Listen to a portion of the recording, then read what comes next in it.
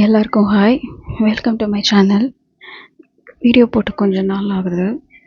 இப்போது நான் ஏற்கனவே 2 வீடியோவில் சொல்லியிருந்தேன். இந்த மாதிரி நான் தமிழுக்கு இப்போதைக்கு நான் ஃபோக்கஸ் பண்ண போகிறதில்ல. டெஸ்ட் பேட்சோட தமிழ் சிலபஸ் மட்டும்தான் பார்க்க போகிறேன்னு.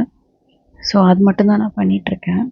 இப்போ ரீசெண்டாக வந்து தமிழ் பற்றின நிறைய டாக்ஸ் வந்து போயிட்டுருக்கு. நிறையா இதுக்கு இப்படி படிக்கிறது அந்த மாதிரி எக்ஸாம் ரிசல்ட்க்கு அப்புறம்லேருந்தே நமக்கு நிறைய கன்ஃபியூஷன்ஸ் இருக்குது. தமிழ் பொறுத்த வரைக்கும் நமக்கு சப்ஜெக்ட் வைஸ் ஈஸி. ஆனால் காம்படிட்டிவ் எக்ஸாம் படிக்கிறவங்களுக்கு தமிழ் கொஞ்சம் காம்ப்ளிகேட்டடாக போயிட்டுருக்கு. என்னோடய பாயிண்ட் ஆஃப் வியூ என்னென்னா, இப்போ நிறையா பேர் வந்து இதுக்கு மொத்தம் 16 புக் இருக்குது, 15 புக் இருக்குது. அந்த புக்கோட லிங்க்கு, பிடிஎஃப், டெலிகிராமில் தேடுறது, அதுக்காக நம்ம நிறைய டைம் ஸ்பெண்ட் பண்ணிகிட்டே இருக்கிறோம். பட் அதெல்லாம் நான் இப்போதைக்கு பண்ணல.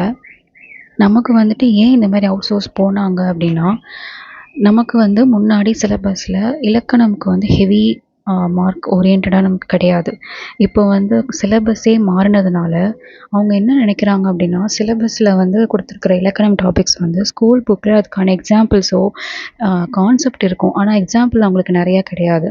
ஏன்னா இது ஸ்கூல் பிள்ளைங்களுக்காக வச்சுருக்கிறது. இதில் அவங்களுக்கு நிறையா டாப்பிக்கோ இல்லை நிறைய கொஷின்ஸ் எடுக்கிறதுக்கான ஏரியா இல்லாததுனால அவங்க அவுட் சோர்ஸ் மேபி போகலாம்.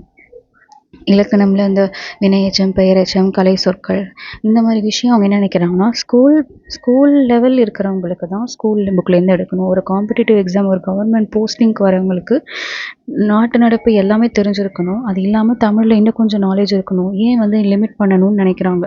அதனால தான் அவுட் சோர்ஸ் போகிறாங்க. ஸோ இதுவுமே இப்போ மறுபடியும் நம்ம என்ன பண்ணுறோம், அவுட் சோர்ஸ்னு அதுவும் ஒரு சோர்ஸ் மாதிரி போயிடுச்சு. ஆக்சுவலாக அது அவுட் சோர்ஸாக தான் அதை ட்ரீட் பண்ணணும். அவுட் சோர்ஸுங்கிறது இன்ஃபினிட்டி. ஒரு 16 புக்குன்னு இப்போ கண்டுபிடிச்சிருக்காங்க. அதில் அடுத்த எக்ஸாமில் ஒரு 17வது புக்லேருந்து எடுத்தால், இப்போ இந்த எக்ஸாமில் இந்த சோர்ஸ்லேருந்து அவங்க எடுத்திருக்காங்க. ஓகே, அவங்கள்ட்ட இருக்கிற சோர்ஸ்லேருந்து ஒரு எக்ஸாம்பிளுக்கு அவங்க இதுலேருந்து எடுத்திருக்காங்க. ஆனால் அவுட் சோர்ஸ் மட்டுமே நம்ம படிச்சுட்டு இருக்கக்கூடாது. நமக்கு கான்செப்ட்லாம் தெரிஞ்சுக்கணும். எக்ஸ்ட்ராவாக இந்த எடுக்கிறாங்க இல்லையா, அந்த டிக்ஷனரி, அகராதி, கலை சொற்கள், இந்த மாதிரிலாம் போகிறாங்க அப்படின்னா அதுக்கு நம்ம ஒன்றுமே பண்ண முடியாது. அவங்க வந்து என்னென்னா, ஸ்கூல் புக்ஸ் இல்லாமல் எல்லாமே அவங்களுக்கு தெரிஞ்சிருக்கணும்னு நினைக்கிறாங்க. இது நம்ம எலிமினேஷன் மெத்தட்லேயோ இல்லை எக்ஸ்பீரியன்ஸ்லையோ நம்ம படிக்க தான் நம்மளால் தெரியும். ஒரு ப்ரீவியஸ் இயர் கொஷின்ஸ் அந்த மாதிரி பார்க்கலாம். இப்போ அவங்க கொடுத்துருக்க ரெஃபரன்ஸ் புக்லையுமே சில டாபிக்ஸ் மட்டும் கொஞ்சமாக இருக்கிறது மட்டும்தான் ஒரு நார்மல் ஹியூமன் பீயிங்கால் படிக்க முடியும். டிக்ஷனரிலாம் வந்து 1000 பேஜ் அந்த மாதிரிலாம் இருக்குது. அதெல்லாம் நம்ம ரோபோ கிடையாது, அதெல்லாம் நம்ம படிக்க முடியாது. இது மாதிரியும் நிறைய பேர் சொல்லிட்டு தான் இருக்காங்க. ஆனால் இதான் நிஜம். ஏன்னா அவுட் சோர்ஸ் தேடி நம்ம வந்து தேடிகிட்டே இருக்கக்கூடாது. இப்போதைக்கு ஸ்கூல் புக்ஸில் மட்டும்தான் நம்ம படிக்கணும். நானும் அப்படி தான் பண்ணுறேன். இப்போது தமிழுமே வந்து நிறையா அதுக்கு வந்து ஒரு ஃபைனல் கன்க்ளூஷன் இன்னும் எனக்கு வரலைங்கிறது தான் மறுபடியும் நான் சொல்கிற பாயிண்ட் ஆஃப் வியூ. ஏன்னா இப்போ மறுபடியும் சில மிஸ்டேக்ஸ் அவங்க ஏதோ பண்ணிட்டாங்க, அதை ரெக்டிஃபை பண்ணிகிட்ருக்காங்க. சிலபஸ் மாறினதுனால கொஞ்சம் அவங்க வெளியில் போயிட்டுருக்காங்க. சொன்ன மாதிரி எக்ஸாம்பிள்ஸ் வந்து அவங்க கொஷின்ஸ் எடுக்கிறதுக்கு நம்ம ஸ்கூல் புக் அவங்களுக்கு எனஃபாக இல்லை. அதனால தான் அவங்க வெளியில் போகிறாங்க. அப்போ வெளியில் போகிறது நமக்கு இப்போ எதுவுமே நம்ம பண்ணவே முடியாது. நம்ம வந்து இந்த கான்செப்ட்டு இந்த மாதிரி விஷயம் மட்டும்தான் நம்ம ஸ்கூல் புக்கில் ஃபோக்கஸ் பண்ணி படிக்கணும். அந்த கொடுத்துருக்கிற அவுட் சோர்ஸ்லேயுமே கம்மியாக இருக்கிற பேஜஸ் வேணால் நம்ம ரெஃபர் பண்ணிக்கலாம். அவ்வளோதான் பண்ண முடியும். எல்லாமேலாம் நம்ம படிச்சுட்டு இருக்கக்கூடாது. ஸோ நமக்கு வந்து தெரிஞ்சிருக்கிறத நிறையா படிச்சுக்கிட்டாலே போதும். தெரியாதது ஒன்று அங்கேன்னு படித்து நமக்கு டைம் தான் வேஸ்ட்டாக போகும்.